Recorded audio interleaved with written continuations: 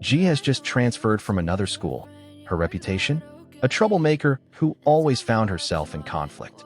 She roams the new campus, eventually arriving at the receptionist's desk to ask where Section A is, the class she's been assigned to. While waiting, she notices a girl nearby shooting her a disgusted look. She wonders why, but decides not to dwell on it. Following the directions, Ji reaches Section A, only to be stunned. Unlike the other modern, polished buildings, this one is old, run down, and neglected. Still, she tells herself that appearances don't matter, as long as the inside is fine. But the moment she steps in, reality hits. It's filthy and chaotic. She walks further inside and spots a group of boys. Approaching them, she asks if this is Section A. One of them, Kiefer, coldly tells her she's in the wrong place. Ji insists the receptionist directed her here, but Kiefer snaps, rudely telling her to leave. Annoyed, she walks off, thinking about how badly she wanted to shove her lollipop down his throat, but she restrains herself. She finds another clean, proper-looking building and walks into a classroom, sitting down at a desk. A girl named Rocky, the class president, walks over and introduces herself. Ji responds politely, explaining she's new. But as Rocky checks her paperwork, she notices something. Ji isn't supposed to be in this class. She's definitely assigned to Section A. Rocky points her in the right direction. That's when Ji realizes. Kiefer lied. Irritated but composed, she makes her way back. When she arrives at Section A again, she finds only one classroom, and it's full of boys. Still, she doesn't let it faze her. She introduces herself confidently to the teacher and students. As the class leader, Kiefer is expected to welcome her, but instead, he mocks her, triggering laughter from the rest of the class. Ji doesn't take it lying down. She fires right back, throwing insults at Kiefer, and from that moment, things start to spiral. From that point on, the harassment begins. Every time Ji tries to sit down, someone blocks her way. When she finally finds a seat, paper balls start flying in her direction, all while her classmates laugh like it's a game. She yells at them to stop, but no one listens. The bullying continues until class ends. Frustrated and exhausted, Ji storms out and heads to the cafeteria. There, she runs into Rocky again, who's sitting with a group of girls. Rocky casually asks how her first day in Section A went. Ji forces a smile and lies, saying everyone welcomed her warmly. But the girls exchange skeptical glances. They already know Section A is filled with the school's worst troublemakers. Just then, a student named Iris speaks up, calling Section A the perfect place for someone like Ji. It's obvious they know each other. Ji doesn't respond. Instead, she walks away in silence and heads back to Section A. Looking for a clean place to eat, she finally finds a spot and takes out her food. But within seconds, her classmates swarm in and snatch everything away. One boy named Felix approaches and apologizes for what the others did. He warns her not to bring food out in front of them again. Apparently, none of the students in Section A are allowed in the cafeteria or even permitted to buy food from it.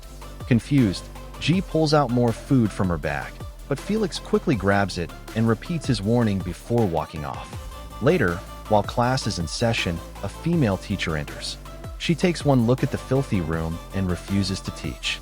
She announces that if the classroom is still a mess during the next period, she won't return for the rest of the year. Then she walks out. Determined, Ji tries to rally her classmates to clean. But instead of helping, they all get up, walk out, and lock the door behind her. Ji bangs on the door, shouting for help, but all she hears is laughter from the windows. Left with no choice, she cleans the entire classroom alone. Furious, exhausted. After school, Ji returns home. She lives with her uncle's wife. When asked how her first day went, Ji keeps everything bottled up. She lies, saying it was great. Her aunt smiles and reminds her of the promise she made. Ji nods, reassuring her.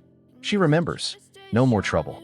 The next day at school, Kiefer approaches Ji with a folded piece of paper. It's a list of food items, everything he and the boys want her to buy from the cafeteria. He even hands her money like she's his personal errand girl. Ji looks him in the eye and refuses. "I'm not your servant," she snaps. Kiefer narrows his eyes. "If you want to stay in this class, you'll do what I say." But Ji doesn't back down. "From the moment I saw you," she says, "I wanted to punch you in the face." Kiefer is about to retaliate, ready to throw fists, but their teacher walks in, and the confrontation ends abruptly. During lunch, a student named Yuri arrives.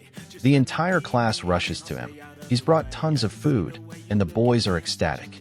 But when Yuri spots G, his mood instantly shifts. His smile fades. His body stiffens. Felix notices and tells him G is the new girl in their class. Yuri glares at her. He doesn't say a word. He just walks away, leaving G confused. She turns to Felix, asking who Yuri is. Felix explains that Yuri has just returned from a trip to Japan, where he visited his family, and that he and Kiefer are close. Meanwhile, Yuri pulls Kiefer aside and vents his frustration. He doesn't like the idea of a girl in their section. Kiefer admits he already tried intimidating her, but she stood her ground. Yuri smirks and suggests another approach. Keep pushing her, keep harassing her, until she gets tired and leaves on her own. Kiefer agrees. The next morning, G eats breakfast and heads to school. On the way, she bumps into her older cousin, Angelo. He asks how things are going. G lies again, saying everything's fine. Then she asks him about Section A. Angelo explains that Section A was created for the school's most problematic students. Once you're transferred there, you don't leave, unless you're a female student. For girls, there's still a way out. Keep your head down, stay out of trouble, and get high grades. G takes this to heart. As she continues walking, she witnesses a fight. One boy effortlessly takes down 4 others. When he notices G, he smiles and casually introduces himself as her classmate. His name is Sai. They walk to school together, and on the way, G brings up the cafeteria ban. Sai agrees to spill the story, but only if she buys him food. She agrees. He then shares what really happened. There used to be a girl named Ella who was madly in love with Kiefer.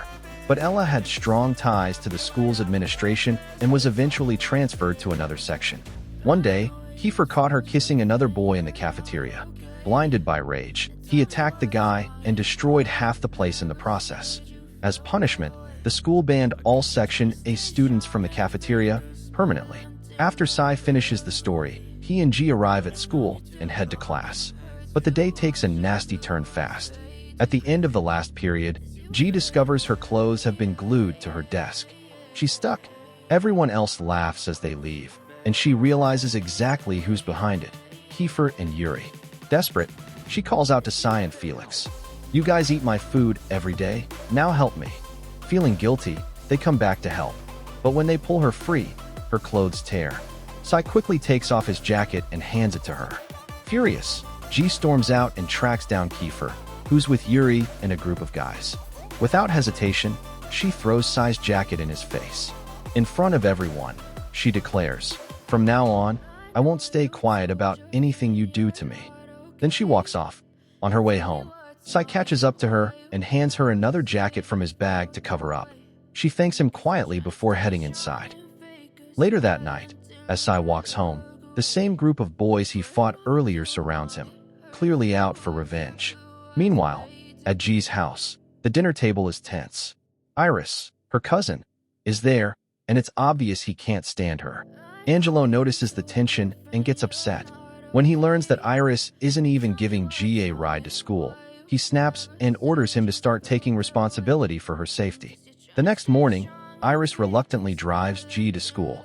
As soon as she steps into the classroom, Kiefer pulls out that same list of food items, along with cash, and once again demands she buy snacks for him and the others.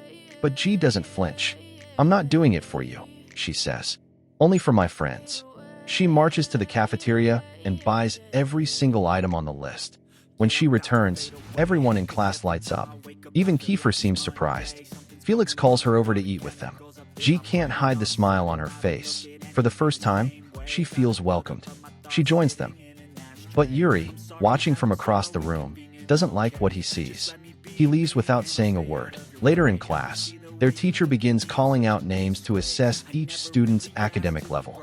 But when she asks questions, the boys sit in silence, uninterested and unbothered. Then she calls out G's full name, and that changes everything. Her last name is the same as Iris's. Kiefer immediately picks up on it. "Wait, you're related to him?" G casually replies, "Yeah, he's my cousin." The room goes quiet. Faces change. Tension rises. Everyone looks uncomfortable, even angry. Ji senses something deeper is going on, a history, maybe even a grudge, but she's completely in the dark. After class, Ji tries talking to her male classmates. One by one, they ignore her. Cold shoulders everywhere. Meanwhile, Kiefer and Yuri gather the others to dig into Ji's past. They start searching online, trying to find out who she really is. They uncover the name of her former school and her dark reputation. They learn that Ji wasn't just a troublemaker. She once stabbed a male classmate with a pencil and injured several others. Things get even deeper when one classmate steps forward, claiming to have dirt on her family. He reveals that Ji's father has been missing for years. Her mother abandoned her, remarried, and started a new life. Ji had been raised by her grandmother until she moved in with her uncle's family. The rumors are swirling. The boys now suspect something more, that Iris, the school's golden boy, might have planted Ji in their class to spy on them. Later, when it's time to clean the classroom, the boys ditch as usual, leaving Ji to do everything alone. But this time, Kiefer goes further. He flips trash bins, spilling garbage everywhere, deliberately provoking her. Frustrated, Ji pushes back. She throws stacks of papers on the floor and refuses to clean unless he helps too. Things are about to escalate. Kiefer's temper is rising. He looks ready to hit her. That's when Yuri steps in. He calms Kiefer down, reminding him that if he lashes out, it could ruin everything. Surprisingly, Kiefer listens. He sighs, grabs a broom, and helps Ji clean the classroom.